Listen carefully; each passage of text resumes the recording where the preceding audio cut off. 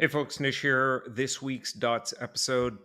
Today is Monday, March 18th. I'm coming at you from Phoenix, Arizona. It's a bright, beautiful, sunny morning here. If you do hear a little bit of whimpering throughout this episode, it's because my dog is being very needy this morning. So he's right now he's sitting in my lap because otherwise he would just be putting up a massive fuss. Anyways, on to today's episode. A few things I want to riff about, rant about, maybe. One is going back to scale and story, some additional data points from conversations across the community, and just some other things I've observed. Two is I want to talk about AI and that Altman quote that many of you, most of you, probably all of you have seen, that people have been, quote unquote, thought leaders have been pontificating about. And three is I want to start to talk about creative operations altitudes as a way of maybe creating a framework for how we think about career progression throughout the role of creative operations. So let's start with scale versus story, something I've been talking about. It's going to be one of these recurring topics that I keep coming back to because the more I'm talking about it, both on the podcast with guests, sharing my thoughts with you through these DOTS episodes and through offline conversations across the community, the more I think we need to dig into this. I think there's something here, that there's two meta workflows: scale workflow and story workflow. I think these things already exist. It's not like, I'm just calling them scale and story. But I think they're there. And I think in a handful of organizations, it's deliberately there, it's planned for because they see the value of it. But I think in the vast majority, it's not. It's you know, sort of happening, but not really happening, and probably a lot of advantages being left on the table. So, a couple of things that came across my radar over the last few days. When I was talking to somebody at one of the big five consulting firms. I'm not going to mention who, but his his organization within that consulting firm, they work with large brands in helping them to build out their global creative production supply chains, or content supply chains, if you will. And I asked him, I said, so who are you working with on the brand side? Is it primarily the creative operations people? And he said something that was a little bit surprising to me. He said, I can't remember the last time we actually interacted with anybody in the role of creative operations. And I was like, really? There's like now 3,000 plus people in the role of creative operations. You guys work with a lot of big brands, and you're not interacting with anybody in the role of creative operations, even though those roles exist in the brands that they're working with. So I said, so who are you working with? And he said, we're working with senior leadership on the marketing side. Often the CMO in concert with people within the marketing organization, marketing operations, other roles. So this was an interesting data point for me because it again might reinforce the notion of not just that delineation between scale versus story workflows, but that maybe the scale workflow does and should sit within marketing operations. And that came out of that episode, initially with Amy talking about where should creative operations be located on the org chart, and then some of my own armchair thinking about this was like, well, maybe the scale part of creative operations, which really sort of feels like content supply chain work or creative production at scale work, belongs in marketing/marketing operations, and the storytelling belongs in creative. And maybe those are two different types of creative operations roles. Amy also sent me a follow-up note after I dropped my dots episode last week, and she said, it's an interesting like framing of it, scale versus story. And then she shared like some organizations, don't they already have this set up in terms of like performance marketing versus branding? And I said, I've been thinking about that, and I think that might be a good starting point. But I often think that, what branding's become in a lot of organizations is just sort of like logo things, like the logo itself, the font, colors, and things like that. It's very tactical. And I think if we're really going to lean into scale versus story, scale has to be about like, I think that's easier to define. I think scale is really all about like, how do we produce as much content as quickly as possible, as cost effectively as possible, to feed the unyielding appetite of the marketing machine, and also to be able to do personalization at scale.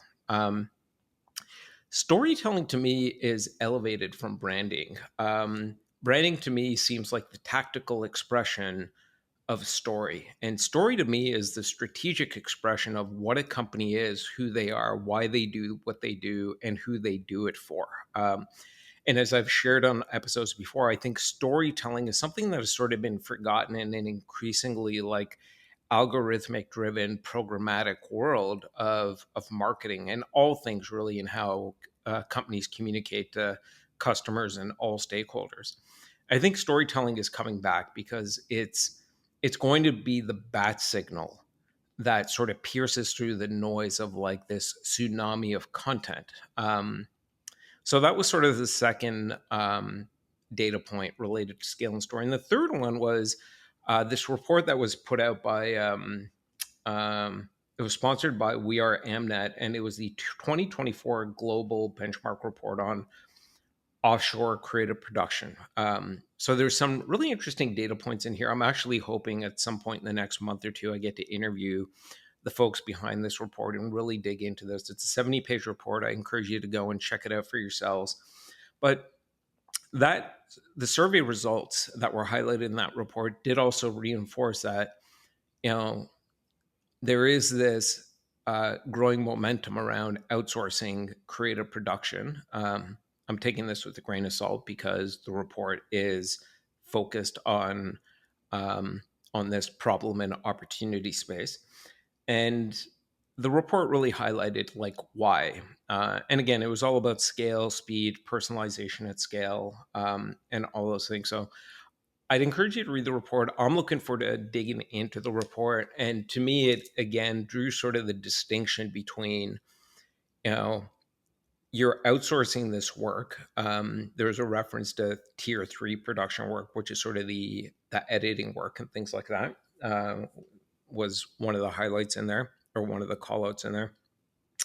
And to me, it sort of reinforced the notion of that production work is about scale and speed and cost efficiency and accelerating marketing velocity. And again, just that distinction or delineation between scale and story. So something for us to keep thinking about, talking about. If it's something that, me sort of riffing on this a few times now has struck a chord with you, either in agreement or disagreement, I'd love to talk to you about it.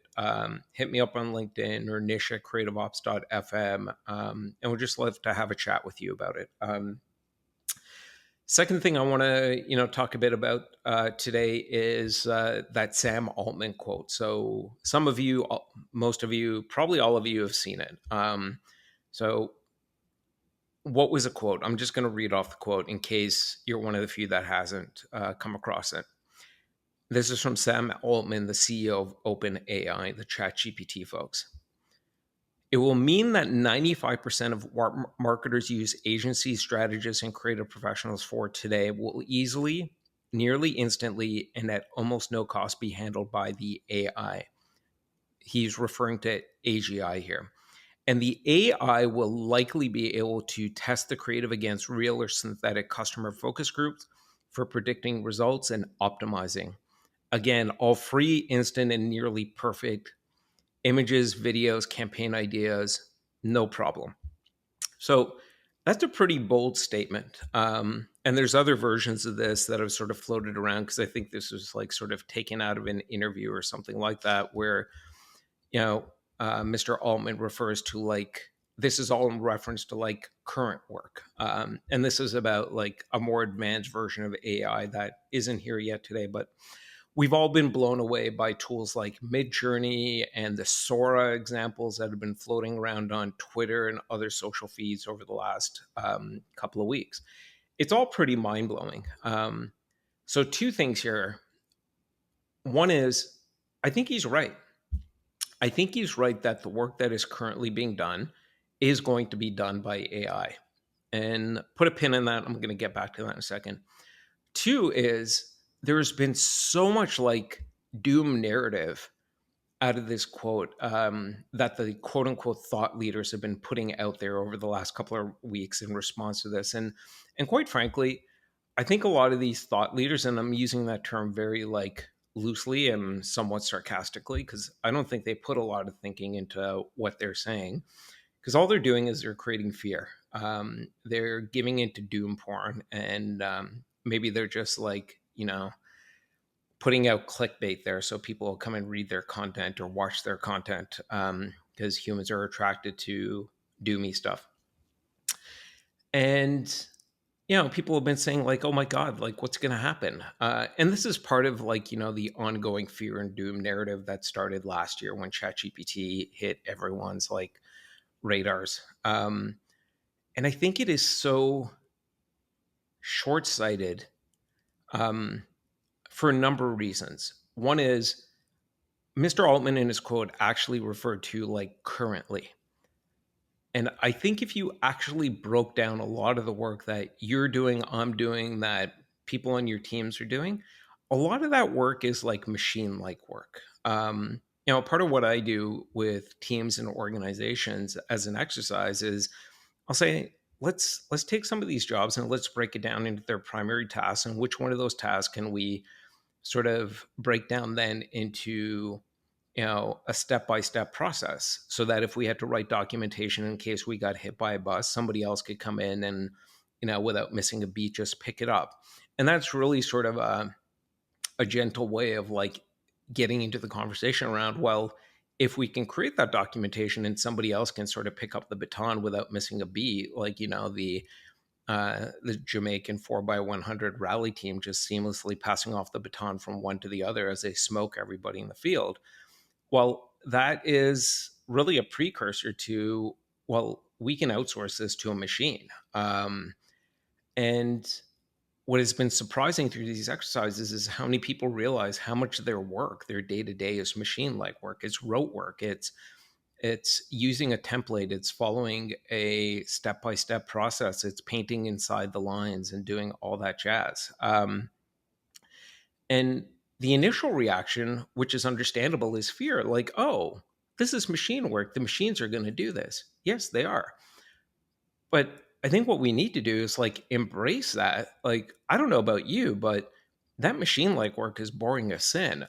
Probably one of the reasons why my entire career has been mostly like either starting my own businesses or working for small companies and helping them scale up. You get more time and space to be curious and be creative. There's more blank canvas, um, surface area, and time. And I think that's what we need to be embracing. Like, if everyone's going to have these AI superpowers and everything we can do today, the machines are going to be able to do, that doesn't displace humans. It actually makes us more important than ever before, because who is going to like create tomorrow? Who's going to come up with the new ideas for new products, new stories, and everything else? Like, all of that is human imagination.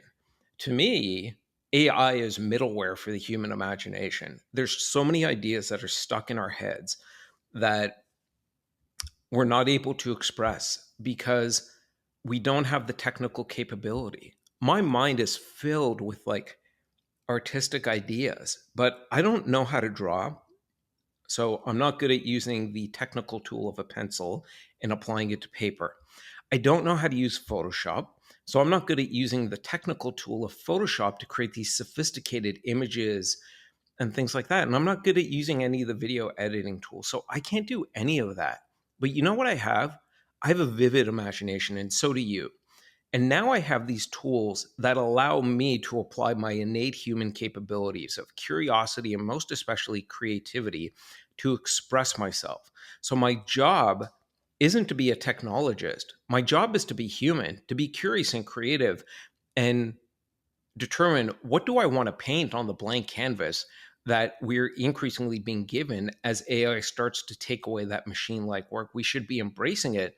And this is going to be important for us as individuals, teams, and organizations, because everything is going to start to move faster the innovation and commoditization cycle is going to start to go into hyperspeed, which means we're going to constantly need to innovate more because copying each other is going to become easier and easier and easier.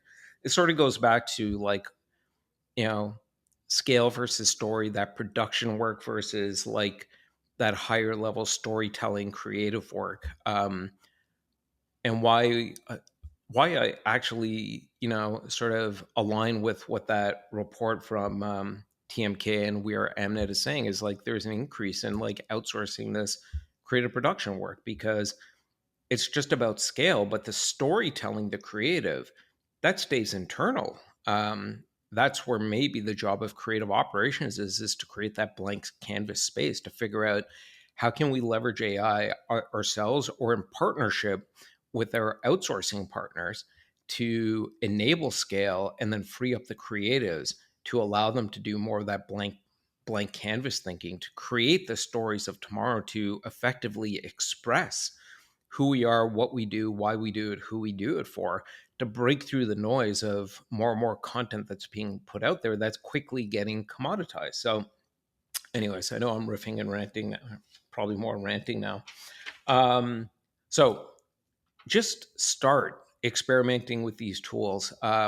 Every week, there's a tool I'll pick and I'll play around with it and experiment. And some of those things end up becoming part of the way I work. And some of them sort of lead me to, you know, ask myself a bunch of questions that I can't answer right now as to how can I leverage this? What might the impact be of using this? But just start. On that point, maybe I'll start sharing, what am I experimenting with this week? So this week I'm playing around with 11 Labs. If you're not familiar with it, it's a tool that I sort of, it reminded me of that Steve Jobs quote, I'm going to put 1,000 songs in your pocket. That was in reference to the iPod. I feel like I'm dating myself because it feels like that was like 100 years ago, but it actually wasn't that long ago. And he said, I'm going to put 1,000 songs in your pocket. And that was amazing. And now it's infinite songs because we all walk around with Spotify or some other like, streaming music player on our phones. And then it was 1,000 songs in our pocket. And then we got a map of every place in the world in our pockets. And that totally changed the way we were able to navigate through the world. You could basically be blindfolded, be dropped off somewhere that you weren't familiar with. But as long as you had your phone in your pocket, you can immediately know where you were and figure out, where to go to and how to get there. And now 11 Labs, it's this tool that basically takes audio and video and it converts it to different languages. So I used it to record a message in English and I sent it to my aunts and had it converted to Hindi because I can't speak Hindi. I can sort of speak our like mother native language, which is Gujarati, but my aunts say I speak it like I was like dropped on my head multiple times as a kid. They get a kick out of it. I'm comedic relief at family dinners. But now I can record a message in English and it'll convert it to Hindi or Chinese or other languages that are available. And my mouth sort of moves like I'm actually saying those words. And so I've been playing around with this and I've been sending these messages and it's like it's delighted my aunts, it's delighted some of my friends, parents who I've sent messages to in Chinese and other languages. And I think now like we're on the verge of putting like 1,000 languages in our pockets, just like songs and maps. And how is that going to change the way we're able to interact in the world? Whether it's for travel or, again, I'll bring up offshoring again. Today, we tend to choose offshoring partners based on is there commonality of language? Not necessarily always like the best for the best skill set. So there's been like this arbitrage opportunity for people that speak, usually it's English, in other parts of the world to be able to get access to those opportunities. But you fast forward to something like this capability being available and embedded into things like Skype, into Zoom. I was about to say Skype, which was really dating myself, into tools like Zoom. And all of a sudden, you're able to communicate and interact with anybody regardless of what language each of you is like most comfortable speaking in. And how is that going to accelerate like business? How is that going to change the way you think about choosing a outsourcing partner to scale creative and content production for your global content supply chain, to fuel your unyielding marketing appetite? So there's lots of interesting implications I'm thinking about, that might apply to the world of creative operations and marketing operations. I think this is probably going to be for the more like um, advanced creative operations leaders, which is a good segue into the final thing I want to think about is talk about today is creative operations altitudes. Like, as you're starting to hear on the episodes, there's a few recurring themes. AI is certainly one of them. Where should creative operations be on the org chart is one of them. Tool to also scale versus story. Do we need to think more about that? And these are all in the service of what is creative operations and what should it evolve into becoming, to best serve the needs of your organization and your career.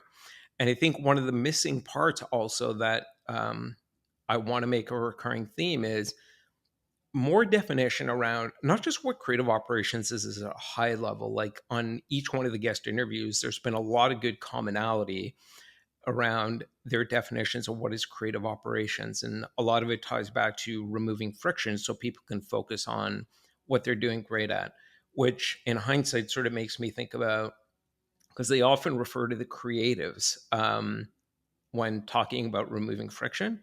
That again tells me like scale versus story. And that has come out through so many of the episodes, even when we talked to Mark Brady about self service automation. But the other thing I think I want to make a recurring theme is a career operations like career path. One of the missing pieces today is that, like, what sort of, in most other roles, you'll find like, senior, junior, VP, things like that. And you'll also find that in creative operations. But what I find is when you see those like distinctions for a role like marketing operations or sales operations or most any other more mature role in an organization, there's definition and clarity of what it means for each one of those levels in terms of, you know, what you're focused on, what you're measured on, sort of what your primary job is, how you're perceived and viewed in the organization. We don't have that for creative operations. I often feel this at a lot of the conferences. It's like a sea of people, but you might be talking to somebody who's a day one creative operations person in one moment, and then somebody who is like really seasoned in advance and sort of considered a creative operations leader, someone like a Kate Sullivan or Amy Tesh Strickland, and there's a handful of others. So what I want to start doing is putting together a framework of how do we define what a level one, level two, level three, level four creative operations person is. And the entrepreneur in me sort of like recoils at that stratification because it feels very like big company, but it does have value, does have a purpose, at least as a starting point. And the way I'm sort of thinking about it is like, altitudes, like, we refer to like 100,000 foot thinker versus a 1,000 foot doer. So what I've started to do is I've started to put together this matrix. I'm looking for a handful of people to share it with and just have a conversation about and flesh it out and then share it with the broader community. But some of the things I'm putting on there are like, at the 1,000 foot level or the 10,000 or 25,000 or 50,000 or 100,000 foot level, like what are the ways in which we sort of create those differences? And it's probably about like, talking through what's the primary job. Like at the 1,000 foot level, it's like it's probably primarily project management, making sure that things are delivered on time, they're done cost effectively, and that you're sort of measured on time delivery, cost efficiency, and volume and things like that.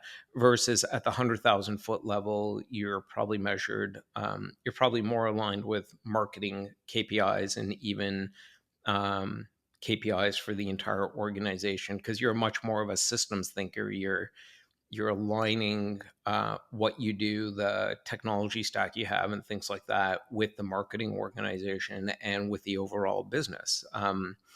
And what are the types of questions you should be able to answer at each one of those levels? So I've got a handful down for each level. What is the relationship with? What does the relationship look like with marketing, with sales, with finance?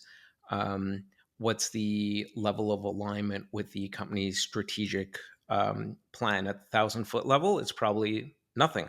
Um, because you're tactical. You're all about, like, pushing stuff through the as much stuff as possible, as quickly as possible through the machine. Versus the 100,000 foot level, you're probably much more in sync with the organization's strategic plan. Like, you're aware the organization wants to move into some new markets in the next 24 months, and you're thinking through, how do we get ready to do that? Because maybe we're moving into new markets. Maybe those markets have different languages that we're going to need to do not just localization for, but understand the culture of those markets. How do we start to get ready for that? So that's a 100,000 foot type of thinker. So I want to I've started to put that together, looking for a handful of people to share that with. So if you're interested, hit me up on LinkedIn or drop me a line at nish@creativeops.fm.